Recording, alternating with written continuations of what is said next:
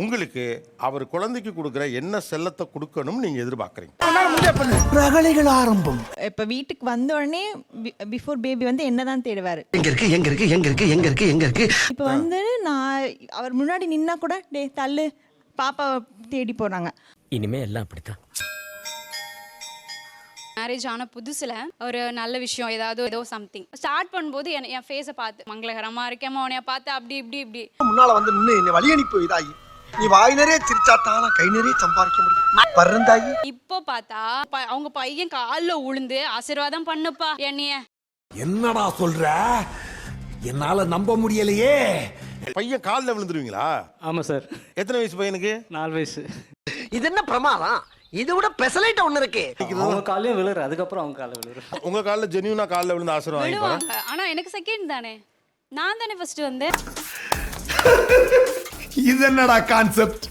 ஏய் இப்போ பிரச்சனை என்னடா? அடி எனக்கு ஒன்றும் புரியல. இப்போ காலில் விழுகிறதுலாம் மேண்டேட்டரி ஆயிடுச்சாப்பா? என்ன பதில் சொல்லுவ? ஆமான்னு உண்மையை ஒத்துக்க முடியுமா? செருப்பால் அடிப்பாங்க. நான் ரொம்ப அவுடேட்டடா இருக்கேன்ப்பா, என்னை கொஞ்சம் எஜுகேட் பண்ணுங்க. சரி சரி சொல்லி தொலைக்கிறேன். டெய்லி ஆஃபீஸ் போயிட்டு வந்து குட்டு அப்படின்னு அந்த பொண்ணு ஓடி போகும். அந்த பொண்ணுன்னா யாருமா? என் பொண்ணு தான் சார், என் பொண்ணு.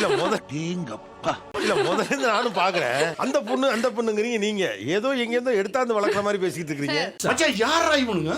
எங்கிந்திரா வந்துக்கிறானுங்க? குழந்தை பிறக்க முன்னாடி என்ன அம்மன் கூப்பிட்டு இருந்தா சார். இப்போ அது மறந்தே போயிடுச்சு அவருக்கு. அதுவே ஞாபகம் இல்லை சார் எனக்கு கூப்பிட்டு மாதிரி. நான் சாரி எனக்கு தெரியாது. சோஷியல் மீடியால அக்கௌண்ட் இருக்கிறது எனக்கு தெரியாதுங்க சார். அவரும் பையனும் சேர்ந்து டிஸ்பிளே பிக்சரா பொண்ணு வச்சு ஸ்டோரியா. அப்ப நான் எங்க சார்? அப்ப நான் மட்டும் நான் இழுச்சவாடா. ராத்திரிலாம் படுத்தா தூக்கமே வர மாட்டேங்குது. டிபில அவர் உங்க போட்டோ வச்சிருக்கதா சொல்றாருமா. என்ன போட்டோ நீங்களே பாருங்க. குங்ஃபு பாண்டா போட்டோ வச்சிருக்காருங்க. என்னடா அது? வச்சிட்டு டிபில உங்க போட்டோ வச்சிருக்கேன்னு வேற சொல்றாப்ல. போட்டு கொடுக்குறியா? ஃபர்ஸ்ட் எல்லாம் எந்திரிச்ச உடனேமே வந்து என்ன பார்த்து தான் வந்து ஒரு ஸ்மைல் பண்ணணும். இந்த மூஞ்சில முடிச்சா பொடிக்கு போயில சிக்குமா? இப்ப பேபி வந்ததுக்கு அப்புறம் அவ டபுக்கு நடுவுல வந்துடுறா. வந்து ஃபர்ஸ்ட் ஸ்மைல் அவளுக்கு ஆயிடுது. எப்ப நீ 4 புள்ள பத்தி அப்பயே சரித்திரமே முடிஞ்சு போச்சு. நினைச்சு கூட பாக்கடா நீ. ஏன் ஸ்மைல் பண்ணலன்னா ஃபர்ஸ்ட் ஆஃப் ஆல் அவங்க எழுந்திருக்கிறதே 12 மணிக்கு தான் சார் ஆஃப்டர்நூன். எது 12 மணிக்கு எந்திரிச்சு வரையன்னு ஒரு மனுஷன் ஆத்திரத்துல இருக்கிறப்ப நீ என்ன பார்த்து சிரிக்கல. உன் கதையில கேட்டதுக்கு அப்புறம் தான் தெரியுது நீ தான் இந்த மொத்த கதைக்கே வில்லண்டு பிராடு பேல. அப்ப காலையில காபி டீ டிஃபன் நல்லது கெட்டது எல்லாம் நம்ம தான். எங்க அம்மா கல்யாணம் பண்ணாதீங்கடா. கல்யாணம் பண்ணாதீங்கடா. பாருங்க சார், இப்ப கூட குழந்தை அவர் தான் வச்சிருக்காரு. என்னைய தூக்கி வச்சுக்காம குழந்தைய தூக்கி வச்சிருக்காரு. ஆமா இது ஏன் டைலாக்ல? இப்படி எதுவும் குண்ட போட்டுறாதம்மா, எனக்கு அவ்வளவு தாங்குற சக்தி இல்ல. இல்ல நான் அவ்வளவு கேவலமான பிறவி கிடையாது. யாரெல்லாம் கன்சீவா இருக்கிறப்ப குழந்தை பிறந்த பிறகு என்னை 2ஆம் பட்சம் ஆக்கிட மாட்டேன்னு கேட்டவங்க எல்லாம் கை தூக்குங்க. அவர் கேள்விக்கு பதில் சொல்லுங்க மாமா.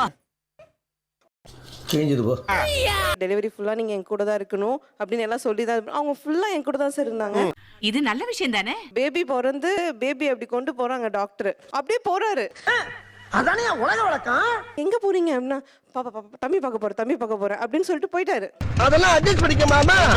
அப்படி எப்படி இருக்கத்தான் செய்யும். வயித்தை கிழிச்சு தைக்காம இருக்கிற ஒரு கண்டிஷன்ல கூட இவன் எப்படி ஆளு அப்படின்னு டெஸ்ட் பண்ற புத்திசாலித்தனம் இருக்கே. தெய்வமே நீங்க எங்கேயோ போயிட்டீங்க. பாப்பாவோட பர்த்டே மட்டும் ஃபர்ஸ்ட் பர்த்டேவை அவ்வளோ கிராண்டா செலிப்ரேட் பண்ணாரு. ஆனா என் பர்த்டேவை தூங்கி மறந்துட்டாரு. நான் தூங்கிட்டேன். ஒரு வயசு பாப்பாக்கு அவ்வளவு செலிப்ரேஷன் தேவையே இல்ல.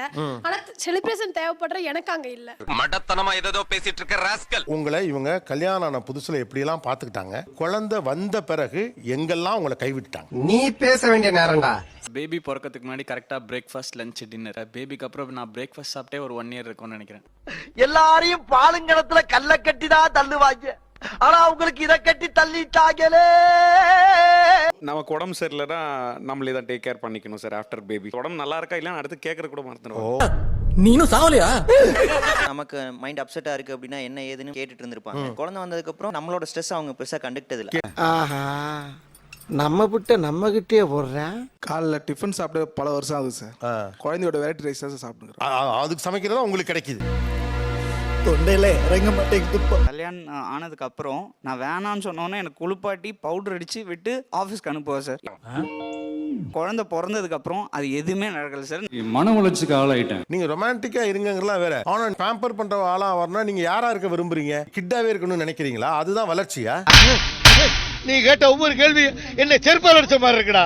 ஏன் குழந்தைக்கு கிடைக்கிற செல்லம்லாம் எனக்கும் கிடைக்கும்னு நீங்க ஆசைப்படுறீங்க? அதெல்லாம் உனக்கு புரியாது. ஏன்னா நாங்க செல்லமா தானே வளர்ந்தோம். செல்லமா வளரல, குள்ளமா வளர்ந்துருக்கியா? எவ்வளவு நாள்ல வளர்ந்து முடிப்பீங்க? வளர்றீங்க, வளர்கிறீர்கள், வளர்ந்து கொண்டே இருக்கிறீங்க. எப்போ வளர்ந்து முடிப்பீங்க? Question boss. ஹில் ஸ்டேஷன் தான் சார் எங்க ஏரியா ஃபுல்லா. சும்மா போயிட்டு வரலாமேனா பாப்பா வரட்டும்.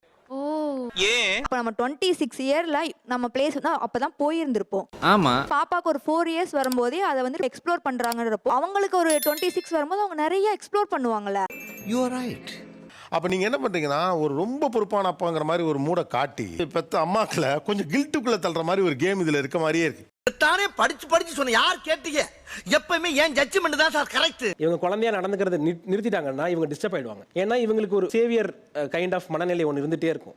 நான் எப்ப அப்படி சொன்னேன்? அதெல்லாம் கியூட்டா இருக்கா உங்களுக்கு? மனைவி ரொம்ப குழந்தையை போல நடந்து கொள்வது, என்னை கொஞ்சு என்பது அதெல்லாம் இல்லைங்க. இல்ல முன்னாடி கல்யாணம் ஆகி அந்த 1 இயர் பீரியட்ல வேணா அது கொஞ்சம் கியூட்டா இருந்திருக்கலாம். ஆஃப்டர் குழந்தை பிறந்ததுக்கு அப்புறம் அது கியூட்டா இல்ல சார். வாய் இருக்குதுன்னு பேசக்கூடாது. ஆமா, ஒரு பொண்ணு ஐ லவ் யூன்னு சொல்ற வரைக்கும் பேயா பிசாசா அலையுது. அவ வாயில இருந்து அந்த வார்த்தை வந்துட்டா போதும். 2 பேரும் ஈக்குவல் நினைக்கணும்டா. யதார்த்தமான லவ்வா இருக்கும்போது ரொம்பவே கியூட்டா இருக்கு சார். ஓவர் எக்ஸ்பெக்டட் லவ்வா இருக்கும்போது ஹர்ட் ஆகுது சார். நீங்க நல்லவையா. ஆனா ஆணின் ஆரம்ப கால பொய்கள் இருக்குல்ல, அதுல நம்ம கான்சியஸா இருக்கணும்னு நினைக்கிறேன். எல்லா மூமெண்ட்டையும் கியூட், நீ இல்லாம நான் வாழ முடியாது. ஏன்னா ஆரம்பத்துல சொன்னது பொய் தானே. சும்மா இம்ப்ரெஸ் பண்ணி ப்ரோபோஸ் பண்ண மட்டும் போதாது, லவ்ல சின்சியரிட்டி வேணும். நம்மளால தொடர்ச்சியாக இப்படி இருக்க முடியாது என்று தெரிந்து அப்பவே கொஞ்சம் மெச்சூர்டா இதை ஹேண்டில் பண்ணலாம். எவ்வளவு கேவலமான பிறவிங்க இல்ல நம்ம. நாம நம்ம பொண்டாட்டியை எப்படி நடத்துறோன்றதை வச்சுதான் நாம எப்படிப்பட்ட அம்மாவுக்கு பிறந்திருக்கோன்றது இந்த உலகத்துக்கு தெரியும்.